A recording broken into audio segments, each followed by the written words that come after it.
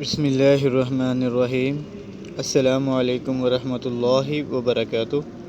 5 چیزوں سے پناہ مانگنا۔ پہلی، اللہم انی اعوذ بک من البخل، اے اللہ میں تیری پناہ مانگتا ہوں بخل سے۔ واعوذ بک من الجبن، اور میں تیری پناہ مانگتا ہوں بزدلی سے۔ واعوذ بک ان ارد الی ارذل الامور، اور میں تیری پناہ مانگتا ہوں اس سے کہ نکارہ عمر میں پہنچا دیا جاؤں۔ واعوذ بک من فتنۃ الدنیا، اور میں تیری پناہ مانگتا ہوں دنیا کی آزمائش سے۔